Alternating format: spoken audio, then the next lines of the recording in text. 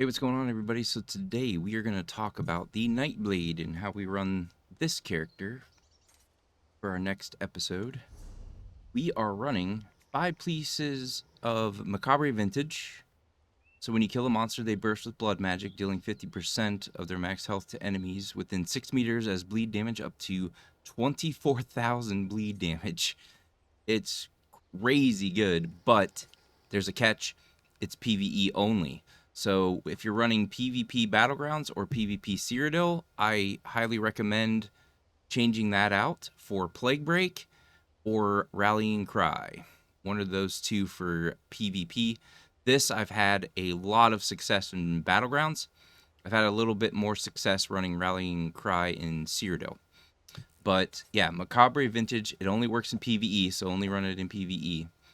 And then we're running 5 pieces of Rushing Agony. When you deal direct damage with a blink, charge, leap, teleport, or pull ability, you begin to amass power. After 0.8 seconds, pull enemies within 12 meters. After 2 seconds, deal 9,585 physical damage to all enemies within 7 meters. This effect can occur once every 8 seconds and scales off a weapon and spell damage. Now, this is going to irritate people in group dungeons if you're not playing it correctly. And what I mean is, when you go to cast, which I am using the Lotus Fan, when you cast this Lotus Fan,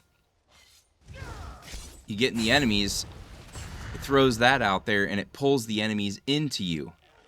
So the only time you really want to be casting, like if you're doing solo content, world bosses, whatever, no big deal, nobody's going to care. But in group dungeons, the tank is trying to taunt. You're not going to want to cast this unless you're next to the tank and you're pulling those enemies towards the tank.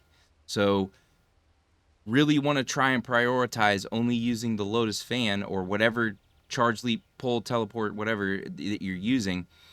Only use that by the tank. So you're not pulling the enemies away from where the tank's position is, because you're just going to make people mad by doing that. But then all of the other skills, we're running Bloodthirst, Rending Slashes, Killer's Blade, with Leeching Strikes, and then Thriving Chaos for our ultimate. Which this ultimate I get back pretty quickly and pretty easily. And then this thing is nuts. The Killer's Blade, it is doing like 30-something K damage when their health is getting low enough, but it's doing really good damage even when their health is not below 50%. We're getting a lot of damage output, more than I expected out of this. And the really cool thing is, you also are able to pretty easily maintain resources because this is running off of your magic, and then all the rest of these other 3 are running off your stamina, but they're really low cost. And then this final one doesn't even cost anything. So really, really nice. Able to throw out lights or heavies or whatever you want, but you can prioritize lights with this build, which is what I tend to do. And I don't have to worry about resource management unless I'm fighting like a world boss or something, and I do eventually run low on resources. Then I start throwing out a heavy attack here and there. But overall, it takes a really long time for you to run out of resources before you even have to worry about it. So I cast Lotus Fan, 2 light attacks. By the time I cast the second attack, which is the Rending Slashes, we're getting that explosion from our Rushing Agony. So we're doing a lot of damage to all the enemies around me from Rushing Agony. And then when they explode, if one of them dies, it's going to do a crap ton of bleed damage to the enemies around in that area as well. I love running this in PvP Battlegrounds. I'm pulling them into me. I'm doing 2 different amounts of high damage to them. And then, like I said, we are getting a crazy amount of damage from Killer's Blade. And the Rending Slashes and the Bloodthirst are also doing really good damage. Better damage than I expected them to do. And then we're going to consistently be getting health back with Leeching Strikes. While slotted on either bar, your soul yearns for the warmth of life. All damage you deal heals you for 2,034 health and reduces the cost of your next leeching strikes by 10%, stacking up to 10 times. This effect can occur once every 1 second. And then the ultimate, Thrive in Chaos. Slash enemies in front of you, causing them to bleed for 25.7k bleed damage over 8 seconds. So on top of our 2 armor sets, we're doing another massive amount of bleed damage. And then healing you for 57% of the damage done. Each enemy hit increases your damage done by 5% for 15 seconds. So we're getting a buff in damage from it as well. And then this effect can stack up to 6 times. Each tick applies the hemorrhaging status effect. Freaking nuts, dude. So get in their face. Throw those 3 down. 2 lights or 1 heavy. 2 lights, 1 heavy. Throw another one of those. Hit an enemy with that. If their health is below 50%, like I said, you're seeing like 33k damage sometimes from using this ability. Cast this. Throw out a heavy. Go through your 3 skills again. But like I said, that first skill, the Lotus Fan, you want to make sure you're standing near the tank because you don't want to pull the enemies away from the tank in group dungeons. Every other content, you don't have to worry about that. But in group dungeons, make sure you are casting that Lotus Fan when you're near a tank. You do not want to pull the enemies away.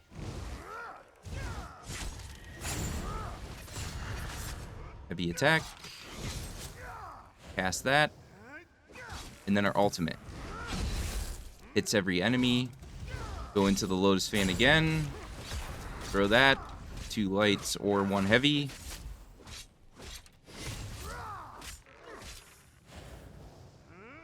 Another heavy. 2 lights. And I just repeat the process over and over and over. And then another really cool thing is your resources hardly ever go anywhere. So especially in PvP, I started spamming Bloodthirst, and it dwindles them down to nothing.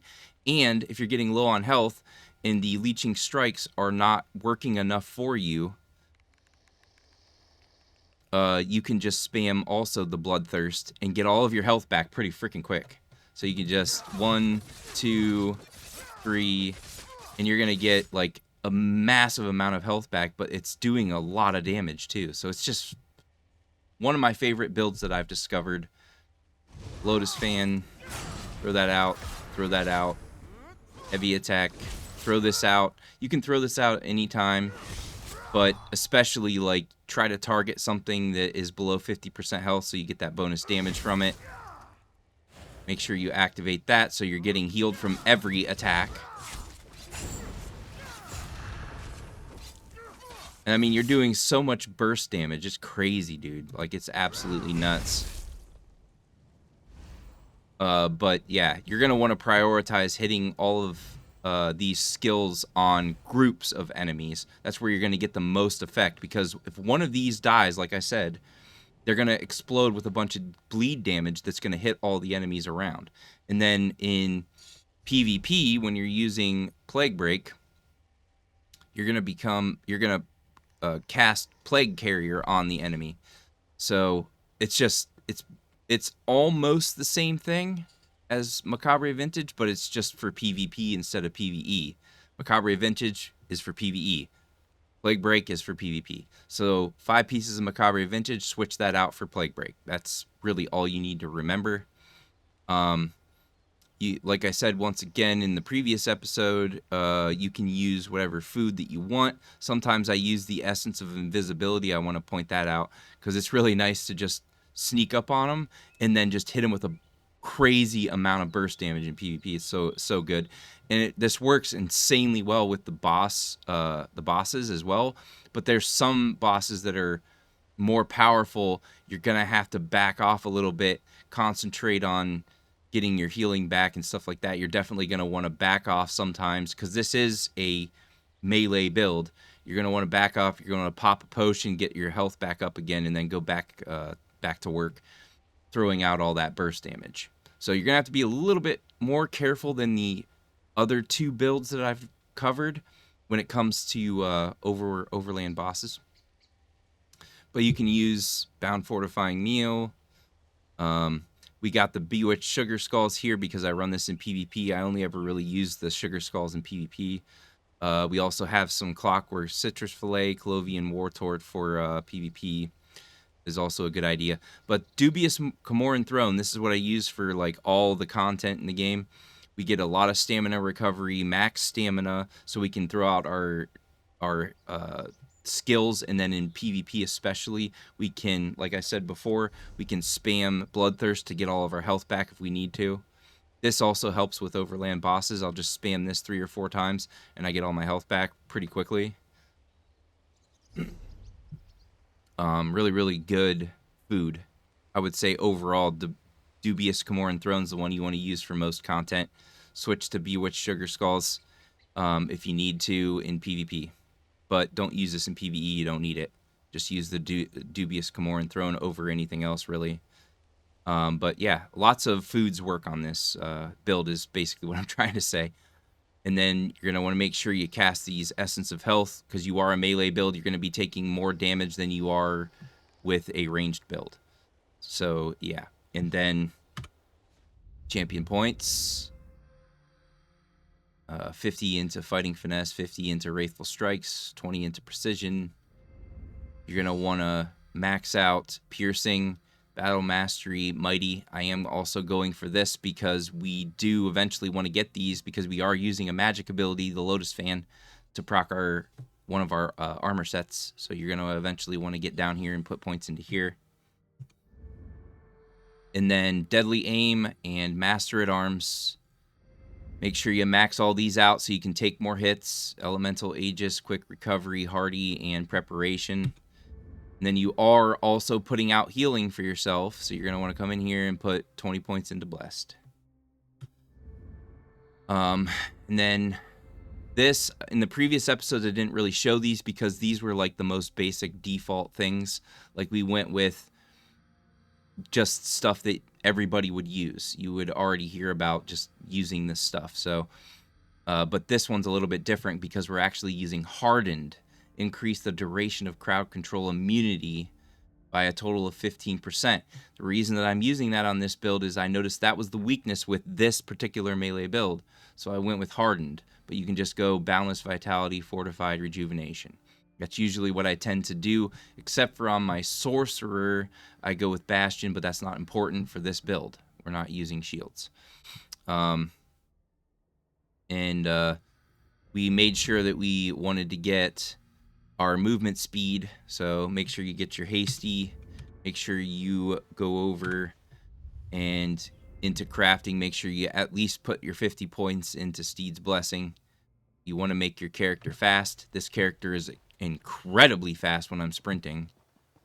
One of my fastest characters. I really like the sprint speed I have, and it hardly uses any resources because I'm using the Dubious Camoran Throne and the champion points and all that stuff. Really, really awesome build. One of my favorites that I've come across and theory crafted so far. So I think you guys will have a lot of fun with this build. And